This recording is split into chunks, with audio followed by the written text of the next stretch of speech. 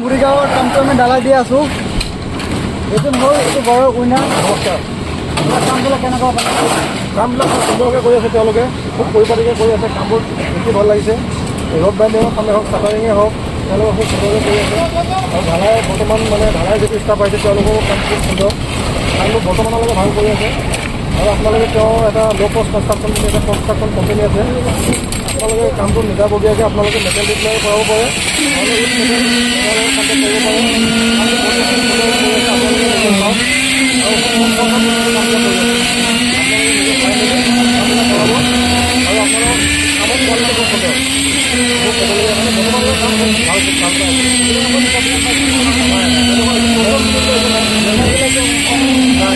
তেনেকুৱা একো নহয়। আপুনি লেবাৰৰ প্ৰব্লেম নাপায়, কামৰ প্ৰব্লেম নাপায়। মানুহ বেছি লাগিলে বেছি আনিব।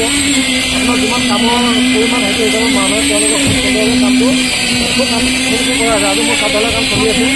বৰ্তমানলৈকে খুব সুন্দৰকৈ কাম কৰা আছে। হেল্ল' দোস্ত, নমস্কাৰ, আসসালামু আলাইকুম। আজি আমাৰ মৰিগাঁৱত ল' কষ্ট কনষ্ট্ৰাকশ্যনে আজি এটা ছদৰ কাম কৰি আছে। ছদৰ কাম কৰোঁতে আপোনালোকে ফাৰ্ষ্টত কোনবিলাক কাম আপোনাৰ চাব লাগিব। আপোনাৰ দুটা জালি এক লগ হৈ আছে নেকি, দুটা জালিৰ মাজত আমাৰ চেয়াৰ দিছেনে নাই, আপোনালোকে ষ্টিমত দেখিবলৈ পাব। এতিয়া এইটো চাওক, আমাৰ এইটো চেয়াৰ দিয়া হৈছে। এনেকুৱা আপোনালোকে চেয়াৰ দি দিব। আৰু মাজত তোমাৰ কভাৰিং আছে, এইটো চাওক, আপোনালোকে এনেকুৱা কভাৰিং দি দিব। কভাৰিংটো আপোনালোকৰ 1 মিটাৰ দূৰত্বত দিব লাগিব। আৰু আমাৰ যিটো বিম আছে, বিমবিলাক চাটাৰিঙৰ লগত লাগি আছে নেকি বা ৰডবিলাক লাগি আছে নেকি, এনেকুৱা চাব লাগিব। আৰু যিটো আমাৰ পোষ্ট আছে, পোষ্টত আমাৰ এটা এটা ৰিং বান্ধি দিছেনে নাই। আৰু আমাৰ যিটো ৰড ওলাই আছে, ৰডবিলাক আমাৰ 4.5 ফুট বা 5 ফুট এনেকুৱা ছদৰ ওপৰত আছে নে নাই, এনেকুৱা আমাৰ গোটেইখিনি কাম আমাৰ চাব লাগিব। তেতিয়াহে আপোনাৰ কামটো মজবুত হ'ব।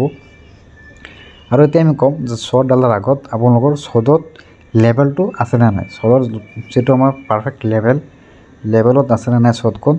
ছদখন যদি আপোনাৰ লেভেলত থাকে, তেতিয়া আপোনাৰ ছদৰ মাজত আমাৰ কেতিয়াও পানী জমা নহয়।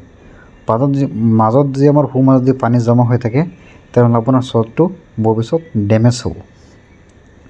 আৰু যদি আমাৰ কভাৰিং আছে, কভাৰিংটো আপোনালোকৰ 1 মিটাৰ দূৰত্বত আপোনালোকে দি দিব। আৰু আপোনালোকে এনেকুৱা চেয়াৰ দি দিব। চেয়াৰ দিলে আপোনাৰ দুটা জালি কেতিয়াও একলগ নহয়। আৰু একলগ হৈ গ'লে আপোনাৰ কামটো আমাৰ ইমান মজবুত নহয়।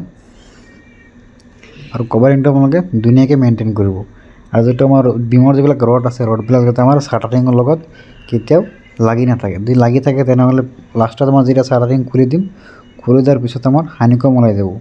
হানিকম ওলালে আপোনাৰ তলপিনে যিটো আমাৰ ছদৰ ৰড আছে, ৰডবিলাক আপোনাৰ মামৰে খাই দিব। মামৰে খাই দিলে আপোনাৰ কামটো ইমান মজবুত নহ'ব। আৰু আপোনাৰ যিটো ডালাই দি আছে, ডালাইটো আপোনালোকে M20 গ্ৰেডত দিবলৈ চেষ্টা কৰিব।